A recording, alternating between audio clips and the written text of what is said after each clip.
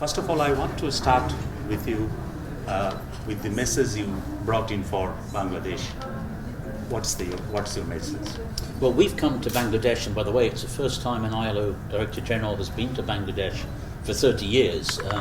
We've come to give a number of messages. The first message is that the ILO is very committed to working with the government and the workers and employers of Bangladesh, because we represent all three in our organisation on some of the key issues which I think your country is facing up to. For many years, but particularly since 2013 and Rana Plaza, we've been working in the ready-made garment industry. Firstly, to ensure that the industry is safe, make sure that factories are structurally sound, but also to build the capacities of the industry to conduct their business in a way which ensures good working conditions, fair industrial relations processes. And I think we've come a very long way. But also, we want to diversify, and we are diversifying our activities here. Since I've been in the country, and it's just 3 days, we've already launched new initiatives around social dialogue and just now on skills development. And yesterday I participated in the opening of the summit on skills and employability that was opened by the Prime Minister. So you see, we're trying to intervene on various fronts to help Bangladesh move towards this middle income status that it seeks, and to make sure that its economic dynamism, which has been considerable over the years, is matched by social progress, a fair sharing of the benefits of growth across the population of Bangladesh, which is also important for sustainability of the process. The workers' story here is much beyond Rana Plaza, because other industries also have these safety issues. How do you want to see that other sectors also catch up and project? You're quite right. We should not reduce Bangladesh and the Bangladesh economy just to one sector. And one of the things we're doing, in addition to direct intervention in the ready-made garment sector, is to try to build capacities here in Bangladesh. A labour inspectorate that is fully functioning, fire prevention facilities which really work, and these are of application beyond the simple sector of ready-made garments. So we're building capacities more broadly, and in addition, I have to mention that as well, we're trying to work with our Bangladeshi friends in government to modify labour legislation in Bangladesh to make sure that it's in full conformity with our international labour standards, again to the benefit of workers in all sectors. The employers always argue that their profitability is at risk if they raise minimum wage, or they invest or give too much importance on the safety issues. What is your message to them? Yeah, we do hear these arguments, of course, and I've heard them indeed since I've been in Bangladesh, that we should be careful, that if we ask too much of the industry, in terms of wages going up, in terms of investment to make the industry safe, then you risk affecting the competitiveness of the industry. There's two things to say about that. First is that since Rana Plaza, and since the measures that we've been helping to introduce to improve the sector, the ready-made garment industry in Bangladesh has continued to grow, and to grow quite robustly. So I don't think there is good evidence to believe that the types of expenditures being made up until this point have damaged the competitiveness of the industry. And secondly, and this is a reality of the international economy, the future success, the future sustainability of the garments industry will depend crucially upon the industry being able to demonstrate to its markets, its buyers around the world, that basic social standards, basic standards of safety are being observed. So my argument is rather the opposite of some things that you may hear. It's investment in these issues which will actually help make the sector sustainable and competitive internationally in the long term. And there's no other path. There's no cutting corners. This Global Sustainable Development Goals, SDG, one of the critical element in it is decent works. Yes. What do you mean by decent works? Indeed. You're quite right. The Sustainable Development Goals adopted by the UN to take us through to 2030 contains one goal, which is very simply stated. It's full employment and decent work for all. So what is decent work? Well, the ILO, which has promoted decent work since the year 2000, is very clear about that. It is, firstly, obviously, the opportunity for a job for everybody. No use talking about rights if you don't have a job. But a job that allows one to live decently and look after one's family. A job which also offers social protection, help if you get sick, help if you are unemployed, and also in sickness. The respect and the full respect of rights at work. Bangladesh has ratified 7 of the 8 fundamental rights conventions, although we think there is some business to be completed on full implementation. And finally, decent work means that where there are problems at work, where there are disagreements, where there are conflicts, and that happens because the world of work is like that, then they should be resolved through dialogue. Social dialogue is the 4th component of decent work. And this notion of decent work, as you've said, now has, I think, universal acceptance. It's in the UN's development agenda. It's a goal which I think all countries need to aspire to in their different circumstances. But in Western capitals, we hear a different term, which is living wage rather than decent work. Do you see both of them are same, or no some difference? No contradiction. It's very interesting, and you're quite right. I'm British, as you can probably hear.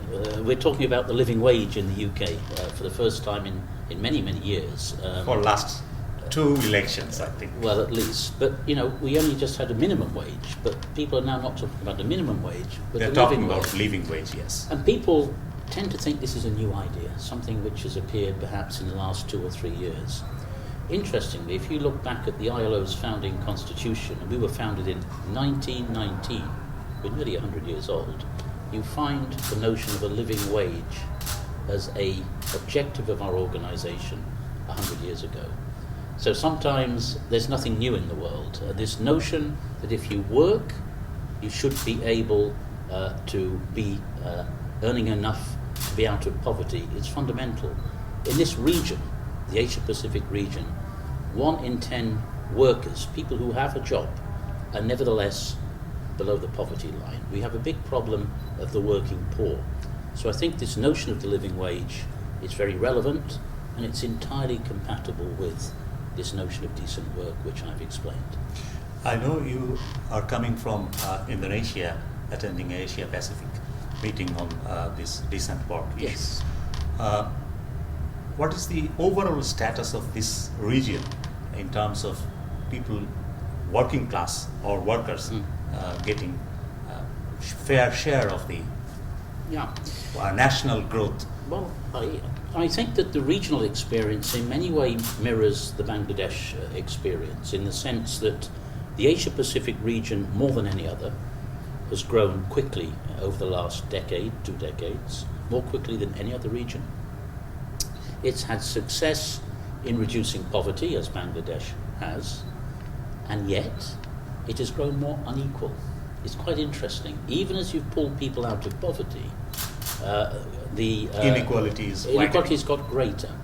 And what we call the labour share of national income, that percentage of everything we make that goes to labour, has declined. So in that sense, labour is, you could argue, not getting its full fair share of this very positive growth performance. What is the way forward for removing this inequality? Well, by the way, the whole world is asking itself that question, because other countries too are suffering the same problem. I think you have to look at many of the things that we're working on here in Bangladesh. You have to look at full respect of workers' rights. How do workers claim their fair share? They can organise in unions, they can bargain, they can negotiate with employers and get their fair share. We have to put in place social protection schemes, social insurance schemes, which help people at the bottom of the pile up a bit. You have to look at minimum wages. Now, minimum wages have increased in Bangladesh in recent years, but maybe they can come up further. People have to look at these instruments, because it's precisely these things which have from historic experience, shown that they are very valuable in squeezing this inequality, which I think people now recognise is a problem. We've referred already to the Sustainable Development Goals of the United Nations. One of those goals is to lift up the situation of the bottom 40% of the population, to compress this growing inequality, which, apart from being socially, I think, rather dangerous, is increasingly recognised as an obstacle to economic growth as well. I've already mentioned about workers' rights, a major issue, especially organizing in unions, special economic zones or export-oriented zones. The rights issue is a big issue. Yes, it is. But when you see that in Western countries, big corporations, big names like Amazon's or any other companies, their workers are being denied of these rights. How do you pursue leaders of developing nations to attain that standard, higher standard? Well, let me say we apply the same expectations to all, north, south, east, west. And you're quite right. The application, the respect of fundamental rights, including organising rights, is universal. It's an absolutely universal obligation. And you're also right to point to the fact that there are significant difficulties in countries around the world. It's not confined to developing countries. We have it in Europe, we see it in North America. So, and it's not something which, by virtue of being more or less developed, one can dispense with. So we're very clear. We're an organisation with 187 member states. We make the same demands on all of them in respect of rights. One other thing which concerns Bangladeshis most is that Bangladesh is the country which has one of the biggest migrant workers sourcing country. Sure. Migrant workers, laborers, they are treated being very badly in some of the countries all over the different reasons. Yes. It could be Middle East, it could be Europe, it could be even America. I absolutely recognise the challenge and the need that you're pointing to. Migrant workers are, by their very nature, amongst the most vulnerable workers in the world. When you leave your country, the familiarity of circumstances, all of the things that you know, and place yourselves in the hands of another government, another employer in another country, you are by definition vulnerable. I think it's quite interesting that the international community has come to Dhaka this week, to the Global Forum on Migration and Development, to try to work out how we should be developing better protections. You know that the United Nations is committed to adopting in 2018 a so-called global compact for fair, orderly migration. Now, we're not going to wait for 2018 to do something. The ILO is working with many of our countries to try to improve the situation of migrants. You mentioned I've been in a meeting in Indonesia recently. I was able to talk to the ministers of Qatar, the Labour Minister of the United Arab Emirates here in Dhaka, to work out how we can work better to improve the regimes under which migrants are employed. It's a long process, it's a slow process, it's sometimes a frustrating process. But I think that this is a priority, and by the way, the ILO has made it one of its priorities, that we ought to treat with the utmost urgency. There is a great paradox which I frequently point to. Today, the economic case, the development case for migration has never been greater. There are countries which are able to send workers to other countries because they have an excess of workforce, others who desperately need those workers for demographic reasons, for other reasons. So the economic and developmental case has never been stronger. And yet the social and political obstacles to migration are also getting greater. And I think all of us, and I speak as a European, should be concerned by the rise of toxic attitudes towards migration. I'm afraid there is a rise of xenophobia and nationalism in many parts of the world, which we urgently need to combat. Do you see any hope that I'm an optimist. situation will change? I'm an optimist by definition and by obligation, and yes, there's always hope. But one thing we should not do is to ignore problems or believe that things will put themselves right if we just let things continue. I think that complacency is the worst of mindsets when you're faced with some of the very big challenges that, as an international community, we're facing at the moment. And I think we are at quite a difficult moment. And I am hopeful of this global forum here in Dakar being something of a catalyst of action in a particular area of migration. My last question is, I'm not sure how much unfinished business is still here pending. What's the outcome of your visit here? How do you value that? Well, I think I can value it very highly. It's been extremely busy 3 days here in Dakar. The Global Forum, which I've mentioned, the bilateral contacts with our Bangladeshi friends. I was able also to meet with the Prime Minister, who was kind enough to receive me yesterday, and we have signed a number of agreements about our future cooperation. There are some outstanding issues, which I've also discussed with our colleagues. We've not finished the business of ensuring that the ready-made garment industry is exactly where it should be.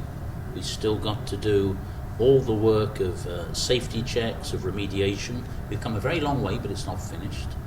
We've got to develop better industrial relations in the garment sector. We do have this pending questions of legislation. Export processing zones is a big question, and it's going to get, I think, bigger in the future, and much else. But the thing I am always anxious to impress upon our Bangladeshi partners is that the ILO is a friend of Bangladesh. We believe that the things we're advocating for are in the very best interests of Bangladeshi industry. I repeat, the ready-made garment industry must be seen by the international community to be really doing all the right things in its social and industrial policies. And I think if we're able to engage positively, constructively on all of these issues, the benefit will be felt by that industry, the benefit will be felt by Bangladesh as a whole. So we're in this business together and we're on the same side.